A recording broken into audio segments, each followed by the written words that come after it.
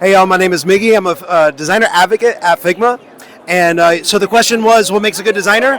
I would say somebody who is intentional, thoughtful, actually thinks deeply about the problems, understands it. So if you're not necessarily like an expert in the field, those who actually work tirelessly to truly understand it, who falls in love with those problems in designing, those who have a respect for craft and really, digs in deep. They're not surface level. So like good design is thoughtfulness and intentionality. What makes a good designer to me is curiosity. I think the best designers are curious. They investigate things and they are not satisfied with just knowing what's on the surface. Okay, hi, I'm Pablo Stanley. And okay, the question is, what makes a good designer? I think curiosity. I mean, if you want to be a little bit philosophical about it, it is about trying to find things, like going into rabbit holes and seeing what if this and what if that, and that can be on answering problems, on bringing other people, and just like always not just conforming to one idea and seeing what else is out there.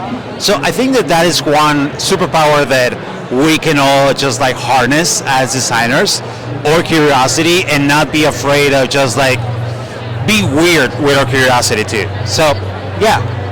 Hi, I am Lily. I am an instructor at Memorizing, but I'm also a founder of Soul Doodles. And I think a good design... Wait, what was the question again? What makes a good designer? Okay, what makes a good designer? I think a good designer is a person who has a lot of empathy.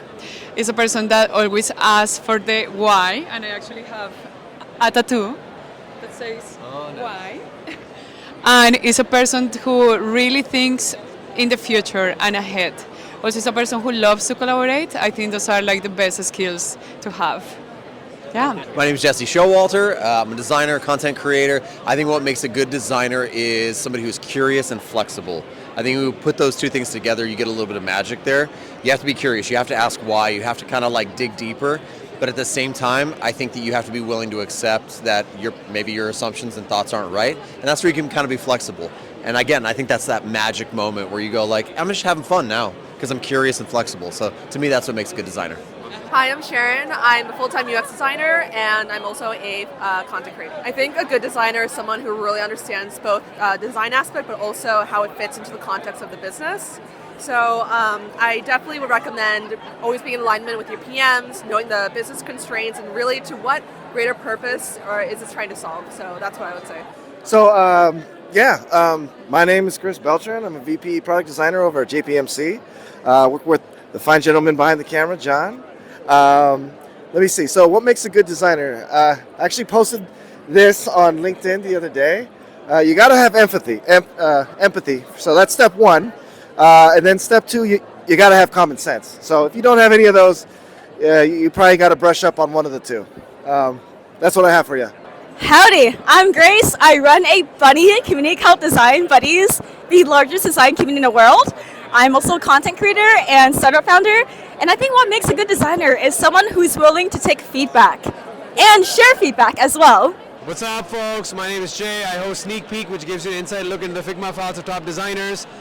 I think that what makes a top designer is a lot of things, but specifically because I work in enterprise, for someone to be really good in the enterprise setting, for that designer, they have to have really good facilitation skills, align a lot of different stakeholders on the same mission, have a lot of empathy skills for our users in the enterprise space. Don't just assume that they want the latest and greatest interaction design patterns. Have empathy.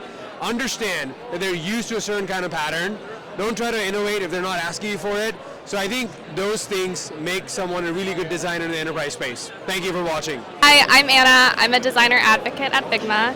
And I think what makes a good designer is someone who is creative and looking and good at problem solving. So not just going with the status quo, challenging what are some existing patterns and expectations and trying to figure out if there's a way to make things better. Yeah. I'm Ryan Hudson Peralta, also known as Look Mom No Hands. And what makes a good designer is loving what you do, loving your output, and just pushing forward, and test it. Test it with yourself, test it with family, and have others try it. And if you love it, that's all that matters. When you're designing for accessibility, don't think about yourself, always think about others. Gotcha, I love that. Thank you so much. Okay. All right, let's do it. Hi, I'm Elaine Anzaldo, aka Elaine in the Bay. I work at Meta as a conversation designer. Let's see, what was the question? What makes a good designer?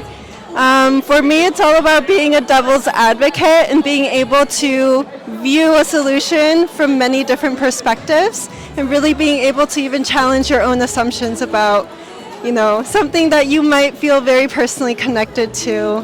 For example, a lot of people are riding the AI boom, and I think it's always very healthy to have a certain level of skepticism, and everything that might be shown to you is exciting and new. That's really the main thing, is making sure that we're designing products that are ethical and trustworthy. Hi, I'm Mattia Caramel, I'm from Italy, and what makes me like a good designer to produce that device is mainly like finding something that it will be useful for myself and know that other people out there can find it comfortable for their needs. So I think that making the product comfort and useful for even like the community is going to be like the most interesting part of the designing behind it. It's a good designer. I think somebody that just kind of follows their intuition and leans into what makes them them.